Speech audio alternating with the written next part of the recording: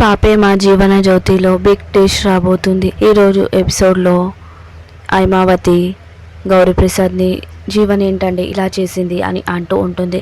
అప్పుడు గౌరీప్రసాద్ ఇప్పుడు అనుకుని ఏం లాభం, ఇష్టం లేని పెళ్ళికి ఒప్పుకుంది జీవన, అందుకే ఇదంతా చేసింది అని అంటూ ఉంటాడు. ఇక విద్యాప్రసాద్ పోలీస్ కంప్లైంట్ ఇద్దామా నాన్నగారు అని అంటూ ఉంటాడు. వద్దురా, ఇప్పుడు పోలీస్ కంప్లైంట్ ఇచ్చి ఇంకా పరువు తీసుకోవద్దు. ఇప్పుడే సునంద వాళ్ళకి కాల్ చేయి సూర్య, వాళ్ళు ఇక్కడ వస్తే సమస్య ఇంకా పెద్దగా అవుతుంది, కాల్ చేసి జరిగిందంతా చెప్పు అని అంటూ ఉంటాడు. ఇక సరే అని చెప్పి ఇక సూర్య సునందకి కాల్ చేస్తూ ఉంటాడు. ఇక సునందకి జరిగిందంతా చెప్తూ ఉంటాడు. ఇక సునందతో, సునంద గారు చెప్పండి సూర్య గారు, మేము బయలుదేరుతున్నాం అని అంటుంటే, మీరు రావద్దని చెప్పడానికే నేను కాల్ చేశాను అని అంటుంటాడు. ఎందుకంటే ఏమైంది సూర్య గారు అని అడుగుతూ ఉంటుంది. అది జీవన కనిపించట్లేదు అని అంటూ ఉంటాడు. ఇదేంటి జీవన కనిపించట్లేదా, ఇప్పుడు పెళ్ళి దగ్గరికి వచ్చినాక జీవన కనిపించట్లేదని అంటున్నావేంటి అని అంటూ ఉంటుంది. అదేనండి, జీవన ఇందాక మాతోనే మండపానికి కూడా వచ్చింది, కానీ ఇప్పుడు కనిపించట్లేదు అని అంటూ ఉంటాడు. అప్పుడు మీరేం చెప్పకండి, నాకు మొత్తం అర్థమైంది, ఇష్టం లేని పెళ్ళికి ఒప్పుకుందని అర్థమైంది.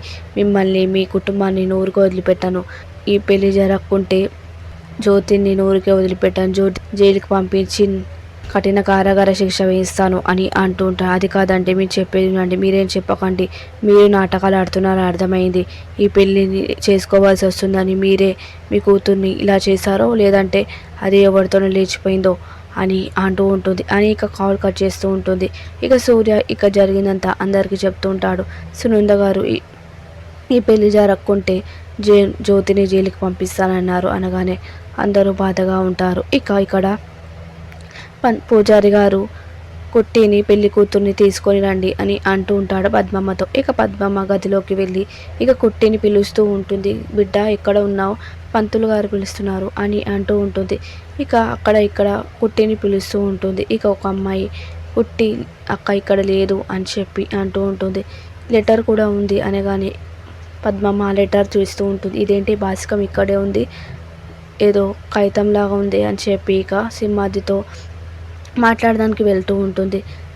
అయ్యా ఇక్కడికి రా, ఇక్కడికి రా అని అంటూ ఉంటుంది. బిడ్డ అవపడతలేదు అని చెప్పి అంటూ ఉంటుంది. లాయరమ్మ బిడ్డ అవపడతలేదు నాకు కూడా తెలుసు అని సింహాద్రి అంటుంటాడు. కాదయ్యా, మన బిడ్డ కూడా అవపడతలేదు, ఈ లెటర్ రాసిపోయింది అని చెప్పి అంటుంటే ఇక లెటర్ని చూస్తూ ఉంటాడు. అలానే బిడ్డ ఎక్కడ పోయిందో ఏంటో ఇక పూజారి గారు అక్కడనే పిలుస్తూ ఉంటాడు కుట్టిని. ఇక అది చూసిన వెంటనే కోటేశ్వరరావు సింహాద్రి దగ్గరికి వస్తుంటాడు. పెళ్ళి అక్కడ జరుగుతుంటే పెళ్లి కూతురు తీసుకోకుండా మీరు ఇక్కడ ఏం చేస్తున్నారా అని అడుగుతూ ఉంటాడు. అది అది బిడ్డ అవపడతలేదని చెప్పి అని అంటుంటే, ఇదేంటి కనపడతలేదా, ఆ పేపర్ ఏంటి చూపించు అని అంటుంటాడు. ఇక పేపర్ని చదివి ఒక్కసారిగా షాక్ అవుతూ ఉంటాడు. ఇంకేంటి, నీ కూతురు లేచిపోయింది, సిగ్గు లేదా ఇలా చేయడానికి, పరువు మొత్తం తీసేసింది, ఇలాంటి కూతురిని కనడానికి నీకు సిగ్గు లేదా, ఆయన ఎంతో మంచిది అనుకున్నాను, గుణగుణాల్లో మంచిది అనుకొని మా స్థాయి కాకపోయినా మీ స్థాయికి వచ్చి మా కొడుకు ఇష్టపడ్డాడని ఈ పెళ్ళికి ఒప్పుకున్నాను, కానీ అందరి ముందు పరువు తీసేసింది అని గట్టిగా అంటుంటాడు. ఇక విషయాలు వచ్చి ఏమైంది అని అడుగుతూ ఉంటాడు. ఇంకా ఏమవుతుంది, ఇది చూడరా లెటర్ అని చెప్పి ఇక అంటుంటాడు. ఇక సింహాద్రిని తోసేస్తూ ఉంటాడు. ఏమైంది అనగానే ఇక చదువుతూ ఉంటాడు విశాల్ అందరితో గట్టి. నేను ఒకరికి రుణపడి ఉన్నాను, అందుకే ఈ నిర్ణయం తీసుకున్నాను విశాల్ గారు, నాకంటే మీకు మంచి అమ్మాయి దొరుకుతుంది, నన్ను క్షమించండి అని దాంట్లో రాసి ఉంటుంది. ఇక అది చదివి బాధగా ఉంటాడు విశాల్. చూసావుగా ఏం చేసిందో, అయినా వీడికి సాయి కాకపోయినా నేను నా కొడుకు ఒప్పుకున్నాడని ఈ పెళ్లి చేసుకుంటున్నాను, కానీ వీడి కూతురు ఏం చేసింది, మొత్తం పరువు తీసింది, లేచిపోయిందో ఎవరితోనైనా పోయిందో, ఆయన సిగ్గు లేదా, పెళ్ళికి ముందే చెప్పాలి కదా ఇలా చేయడానికి, మొత్తం మా కుటుంబం పరువు మొత్తం పోయింది, మేస్త్రి కూతురు అంటే ఎవరు పట్టించుకోరు, కానీ నేను కాంట్రాక్టర్ కాబోయే కోడలు లేచిపోయిందంటే అందరూ నా దృష్టిలో పరువు పోతుంది ఛీ అని చెప్పి ఇక ఇలా బతకడం కంటే చావడం మేలు అని అంటుంటాడు. ఇక అంటూ వెళ్ళిపోతూ ఉంటాడు. ఇక విశాల్ కూడా అక్కడ విశ్వాసానికి రుణపడి ఉంది అని పోయింది కదా ఆనంది, కానీ ఇక్కడ కూడా తను విశ్వాసంగా లేదు అని చెప్పి ఇక వెళ్ళిపోతూ ఉంటాడు. ఇక బాధపడుతూ ఉంటాడు సింహాద్రి. బిడ్డ ఎక్కడ పోయిందని ఆలోచిస్తూ ఉంటాడు. ఇక కొట్టి సునంద దగ్గరికి వస్తూ ఉంటుంది. ఇక సునంద శశికాంత్ ఇద్దరు మాట్లాడుకుంటుంటారు. నేను ఆ జ్యోతిని ఊరికే వదిలిపెట్టాను. ఇక కుట్టి వస్తూ ఉంటుంది. ఈ అమ్మాయి ఏంటి ఇక్కడికి వచ్చావు అని అడుగుతూ ఉంటుంది. చూస్తే పెళ్లి కూతురులా ఉన్నావు, ఇక్కడికి వచ్చావేంటి అని అంటూ ఉంటుంది సునంద. నేను మీతో మాట్లాడడానికి వచ్చాను అని అంటుంటే, నువ్వు నాతో ఏం మాట్లాడతావు, వెళ్ళిపో ఇక్కడి నుంచి, నాతో ఏం మాట్లాడతావు అని అంటూ ఉంటుంది. అదేనండి, జ్యోతమ్మ కూతురు జీవన పెళ్ళికి ఒప్పుకొని పారిపోయింది కదా, దాని గురించి మాట్లాడతాను. నువ్వేం మాట్లాడతావు, అయినా నేను జ్యోతిని ఊరికే వదిలిపెట్టాను అని అంటూ ఉంటుంది. అది కాదండి, నేను చెప్పేది వినండి.